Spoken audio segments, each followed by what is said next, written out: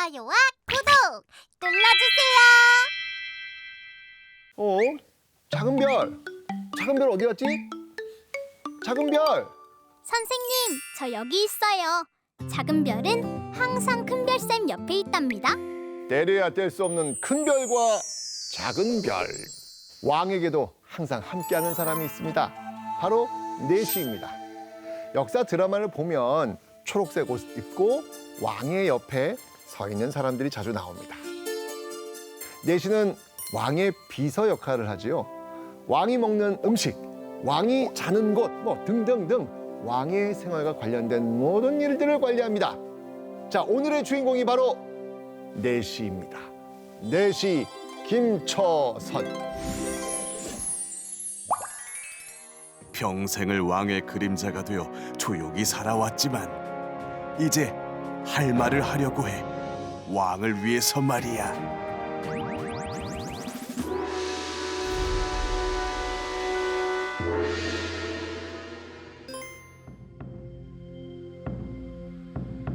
첫 자는 곧 죄인 김처선의 이름이니 이제부터 모든 문서에는 첫 자는 쓰지 말라.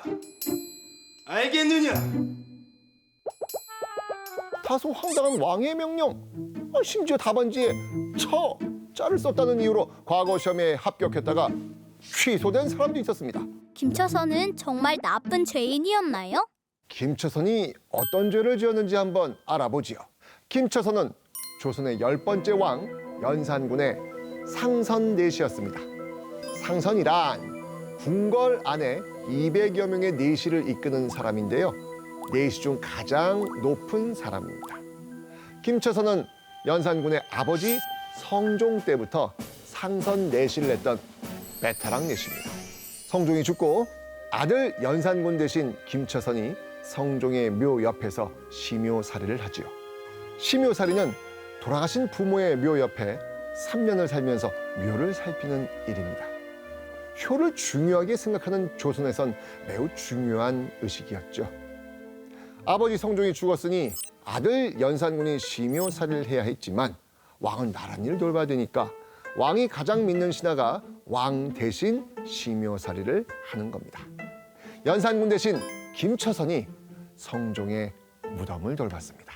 3년간의 심요살이를 마치고 궁으로 돌아온 김처선은 연산군의 상선내시로 일합니다. 그동안 참 고생이 많았네, 처선. 성은이 망극하옵니다, 전하. 연산군이 김처선을 처음부터 싫어하진 않았나 봐요. 네, 상선은 최측근입니다. 항상 왕을 따라다녔죠. 마음만 먹으면 왕을 죽일 수도 있었습니다. 그래서 왕은 가장 믿을 만한 내시를 상선내시로 정합니다. 연산군도 김처선을 신뢰했기 때문에 자신의 옆에 두었겠죠. 내시를 왕의 남자, 왕의 그림자라 부르기도 하는데요. 왕의 바로 옆에 있기도 했고 어떤 경우에도 왕의 말을 따라야 되는 사람이었기 때문입니다. 내시들은 어린 나이에 궁에 들어와서 매일매일 교육을 받습니다. 좋은 내시가 되기 위한 조건은 왕실을 향한 충성심이었습니다. 김처선도 어릴 때부터 여러 왕을 모시면서 평생 왕실에 충실했습니다. 성종 9년 성종의 어머니 인수대비가 병에 걸려 몸져 눕지요. 의원이 약을 처방하고 치료를 해보았지만 인수대비의 병이 쉽게 낫지 않네요. 이때 김처선이 지극정성으로 인수대비를 돌봅니다. 결국 인수대비의 병이 낫게 되고 김처선은 이때 공을 인정받아서 높은 벼슬로 승진하게 되지요. 김처선은 연산군이 즉위한 후 무려 8년 동안이나 연산군에게 충성하며 살아갑니다. 하지만 내시 김처선의 마음속에 점점 물음표가 생겨납니다. 피 묻은 옷을 보고 분노하는 연산군. 옷의 주인은 연산군을 낳아준 친어머니 윤씨. 연산군의 친어머니는 성종의 왕비였는데요. 죄를 짓고 궁에서 쫓겨난 후 성종이 내린 사약을 먹고 죽게 됩니다. 당시 연산군은 7살이었습니다. 성종은 윤 씨의 일을 연산군에게 비밀로 하라고 명령하죠. 하지만 세상에 영원한 비밀은 없는 법. 연산군이 왕이 된 후 어머니 윤 씨의 비밀을 알아버립니다. 연산군은 어머니가 폐비가 되는 과정에서 조금이라도 연관이 있는 사람들을 모조리 죽입니다. 이미 죽은 사람은 무덤까지 파헤칩니다. 연산군의 폭정은 날이 갈수록 심해지죠. 나란 일에 관심 없고요. 매일 잔치를 열고 나랏돈을 펑펑 씁니다. 심지어 사냥터를 만들겠다고 백성들의 집을 허물기까지 합니다. 백성들은 하루아침에 삶의 터전을 잃어버리게 되었죠. 연산군은 자신의 사냥터 앞에 통행금지, 팻말 붙이고 백성을 못 들어오게 했는데요. 사냥터 안에 들어오면 죽이기도 했습니다. 왕의 자격이 없네요. 그러던 어느 날 연산군을 비판하는 벽보가 붙습니다. 사람을 함부로 죽이는 자가 왕이냐? 왕은 천벌을 받을 것이다. 이때 벽보가 한글로 적혀 있었거든요. 연산군은 백성에게 한글을 사용하지 말거라 라고 명령을 합니다. 정말 못난 왕이네요. 막 나가는 왕. 그런 왕을 바라보는 김처선. 김처선은 어떤 생각을 했을까요? 아무리 대시가 왕의 말을 그대로 따라야 한다지만 왕이 바른 길로 갈 수 있게 도와야 하는 것이 신하의 역할이 아닐까. 김처선의 고민이 시작됩니다.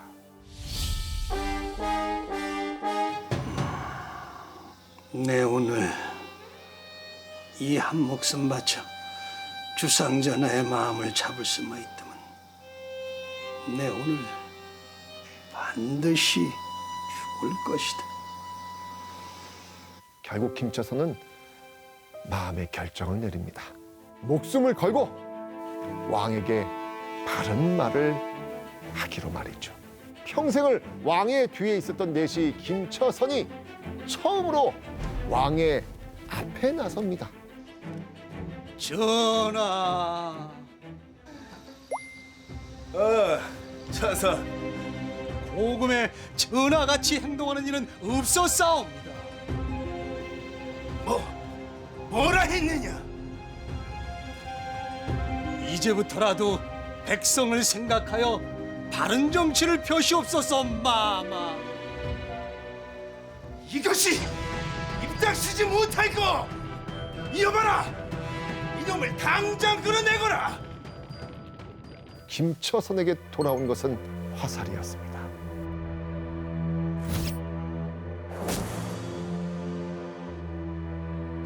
다시 한번 말해보거라. 조정의 대신들도 죽음을 두려워하지 않는데 늙은 내시가 어찌 감히 죽음을 아끼겠습니까? 다만 전하께서 오랫동안 보위에 계시지 못할 것이 안쓰러울 따름이옵니다. 전하. 뭐라? 김처선은 연산군의 손에 무참히 죽게 됐지요. 김처선을 죽이고도 분이 풀리지 않은 연산군은 처선이란 이름에 들어간 글자 처를 쓰지 말라 라고 명합니다. 기존에 쓰던 단어도 바꿔버립니다. 선선한 가을이 오는 절기를 뜻하는 처서는 조서로, 처영무라는 춤은 풍두무라는 이름으로 바꿔버립니다.